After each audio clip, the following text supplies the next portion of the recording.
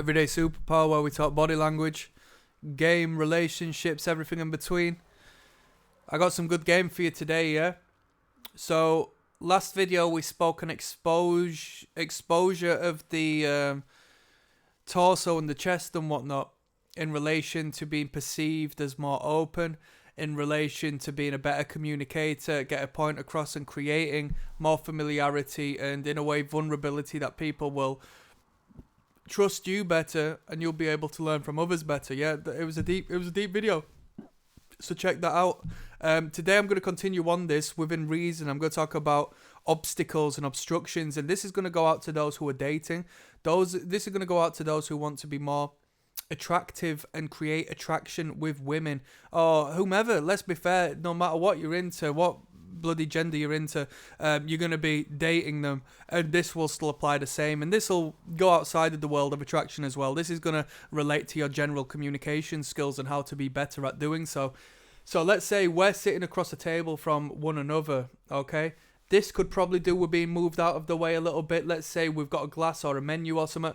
This is all causing an obstruction. This is all ridding of the subconscious intimacy and closeness we could have given it wasn't present, and it all makes a big difference. So when you sit down on a table and you have that other beautiful person sitting across from you, and you want to, really have your way and create great feelings inside of them and have them feel the same way to you and reciprocate that energy, and we can have a big blooming great night at the very least.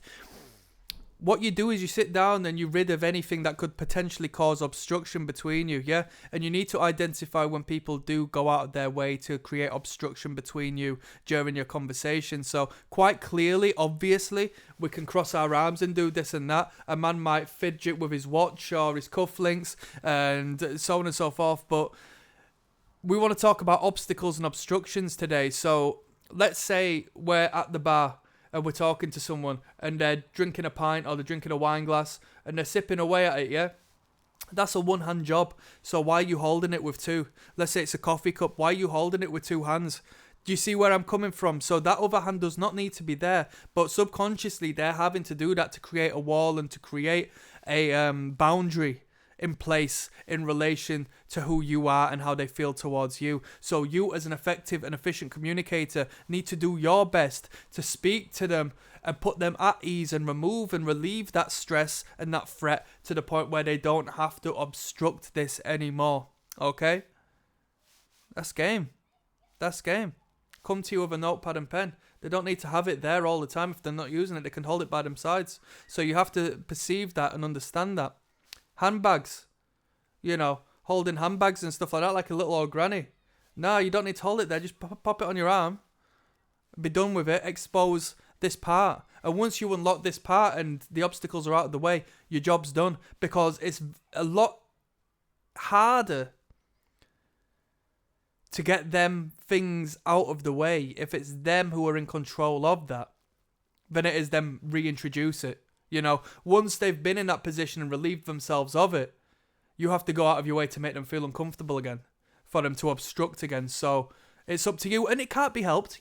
Sometimes you might, a little bit of conflict is good when it comes to attraction, a little bit of friction, There can't be a little bit of push without a little bit of pull. So sometimes when you're engaging and you're on a date and so forth, we're talking the first date, second date, so on and so forth, because there comes the point where you date and know each other so much that the idea of being threatened by the other person doesn't necessarily come about, or at least it shouldn't. So you are that comfortable and confident with each other. But initially, you will find, she's comfortable and confident until you might touch a sore spot.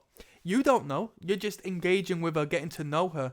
It was impossible for you to avoid all of the minds, and you've, triggered her in some respect by, asking her about a specific person or a time or this and that, and you might see her, sort of defend herself in relation to that. But that's important, because now she might not have verbally told you that it made her uncomfortable, but you've assessed it, acknowledged it, and the way she's blocked herself up and disconnected from the intimacy you once had. That's it. If you go for a job interview, rid of the crap, all right? Rid of the crap. Even when it comes to a bit of paper in between you on the table, just put it to one side.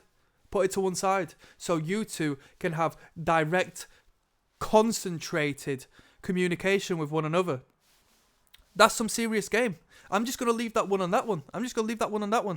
I'm uploading every single day, so click like and subscribe if you want to learn how to understand people and read people's minds and become everything you've always wanted to be. It's all based on being social, yeah? And if you know how to be social correctly and communicate correctly, you're winning, all right? 2 links in the description of this video. One will take you through to the catalogue of body language. That will have over 220, 230, 240, 250, different videos on YouTube. It's a YouTube playlist free of charge. It'll show you how to read the minds of others. Second to that is the Patreon, where you'll join me in watching real dates. I'll break down attraction cues. I'll break down repulsion cues that we see before us. You'll see that manifest in real life. You'll become Casanova. You won't get that game elsewhere. I'm signing out. Peace.